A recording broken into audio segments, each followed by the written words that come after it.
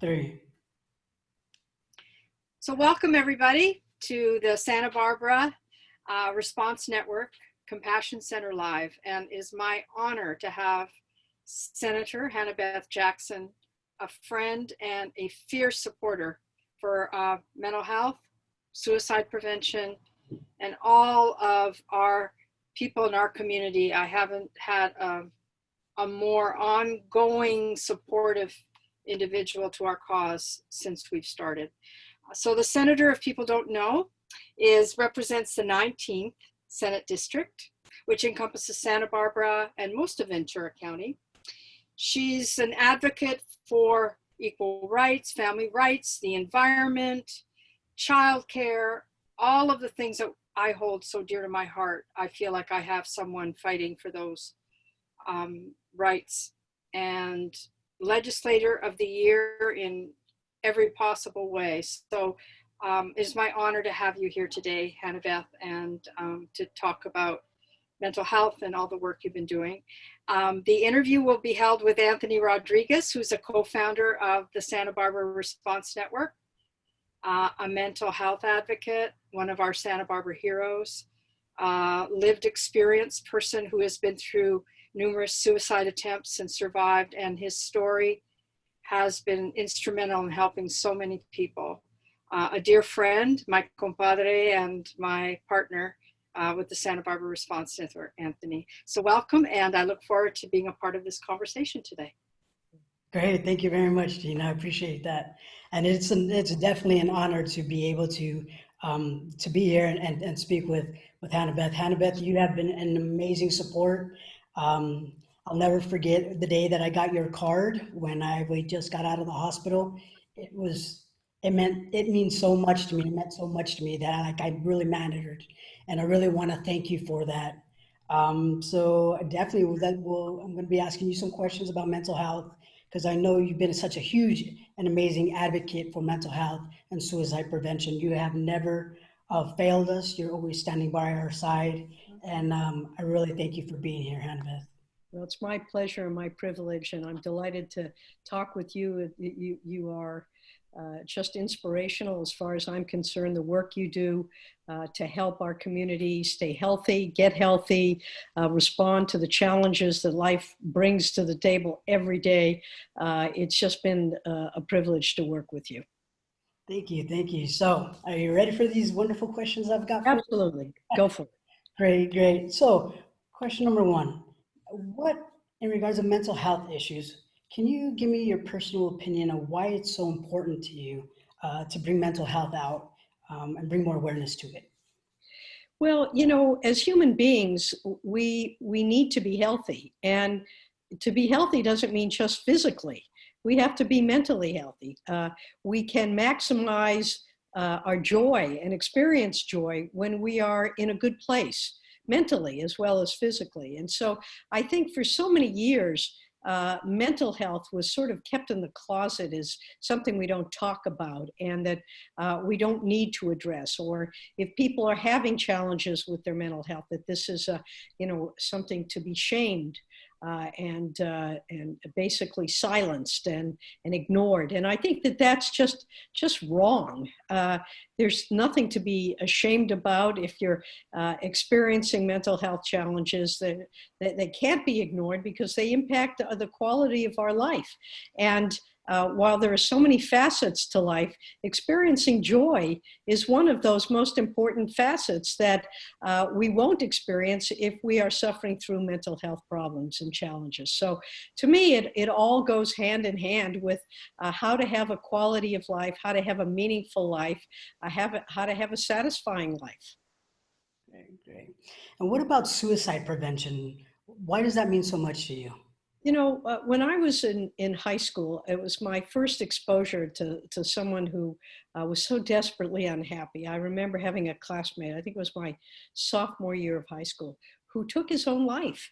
And it's just shocked me. I mean, you know, being a kid and certainly being a teenager is just a blur of contradictions and challenges and what have you. But it's something you work through. It's something you get through. It's something that you strive to overcome or to really develop an appreciation and understanding for who you are and what the world is. And we lost this young fellow.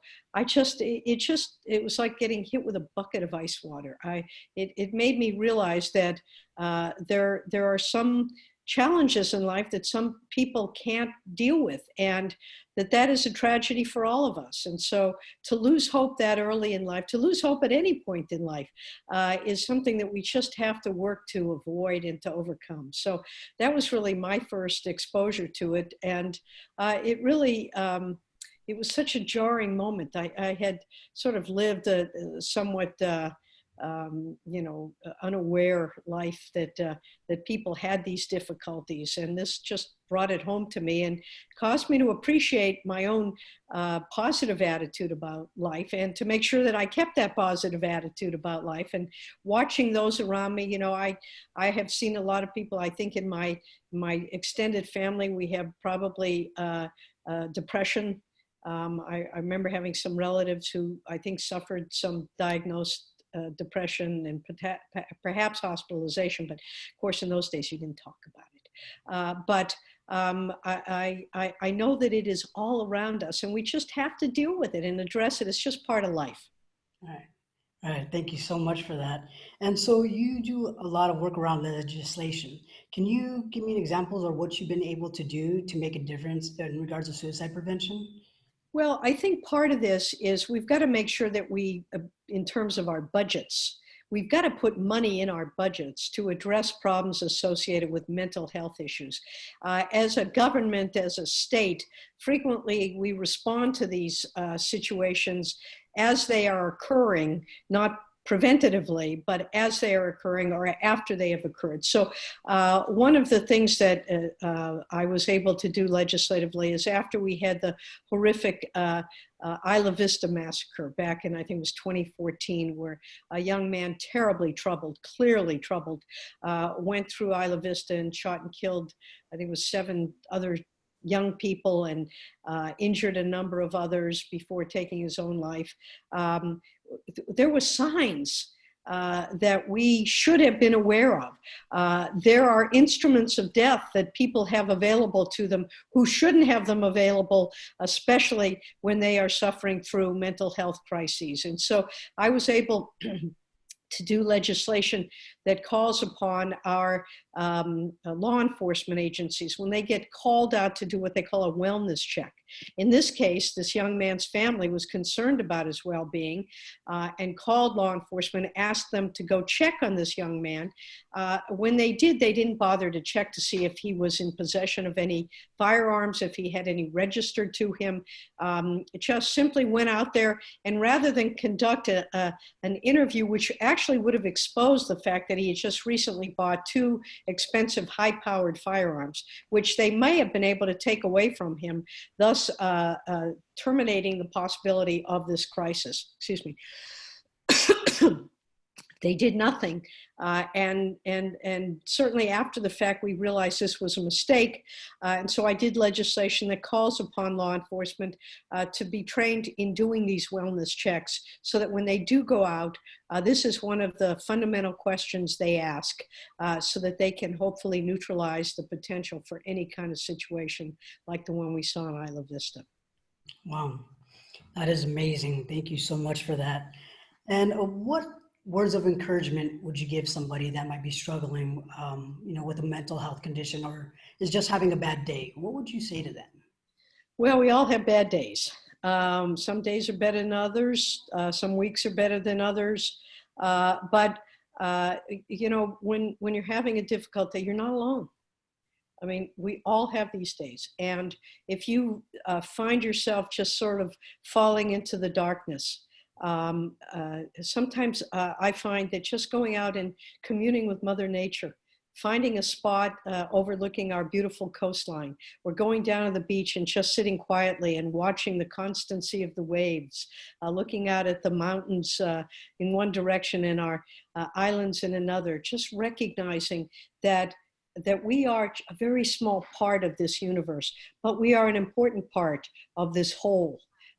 And that there is much beauty out there that extends way beyond us. Or if that doesn't work, to call a friend, to give a hug to somebody you love, or to call the hotline and say, I need a virtual hug. You know, when we were able to hug, I remember we would do a number of events together, and there was nothing that felt so good as that hug.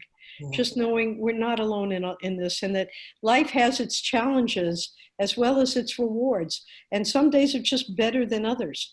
I remember sort of an epiphanal moment in my life when someone was talking to me. They showed me a glass of water, and it was half full and it was half empty. And you just have to decide what it is. Some days it's going to be half empty, but some days it's half full. And to try to maintain a level of optimism and hope, there is always hope. There is always a way to turn that corner when things seem in such despair. And it's often with the help of professionals, people like you folks, or to call a hotline and say, I'm having a lousy day. And you know, the person on the other line may say, I've had a few of those myself, and let's talk. And one of the things I also find listening to music, there's joy in music. There's joy in dancing. You know, Ellen isn't wrong when she says, when things are down, just dance. Just let that good energy just come in. Let that sunshine in. And if you're having trouble doing that, there are people out there who want to help. So I'm really basically an optimist. I think that there is always a way to find that happiness, to find that joy, and to find a place of contentment, and to really have an opportunity to love and be loved, to laugh, to cry, to experience all that life is made of. It's got, you know, it's the good, the bad, and it's just life. And I think we need to sort of revel in it and recognize that it is a gift. Couldn't have said it better myself. You know, your support and everything that you've done and that you do is God, how can I say this? It's just, you're just a blessing to know that we have somebody like you that really truly cares, that does make a difference, and stands for what you believe in. And I am truly honored and grateful that I've met you, that, you know, we've worked together in many different aspects. And not once have you ever judged me from anything that has happened to me or that I've done. Being an attempt survivor, you get a lot of stigma with it, and people sometimes don't see past that.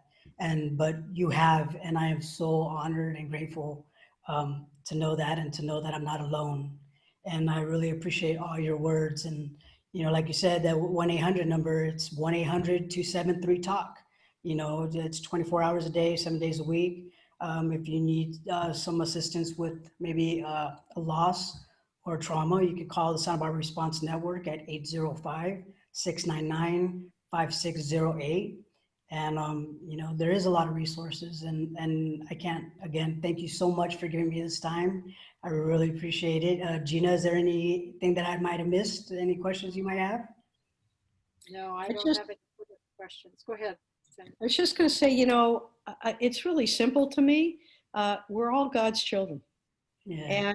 And we come in all different experiences and shapes and sizes and preferences, but I don't think we shouldn't be here to judge each other. And no one should feel that anyone is judging them or has the right to judge them. We all have the right to be who we are. We all have the right to be happy. And so finding that path, I think, is really important. And your organization and you, both of you, are rays of sunshine and hope. And I really have confidence and optimism that with people like you in this community doing what you do, we all benefit from it. So I thank you for the work you do. Thank you very much. I think that's it for today. Great. Thank you so much again for your time. I really appreciate it. You bet. Thank you. Bye-bye now.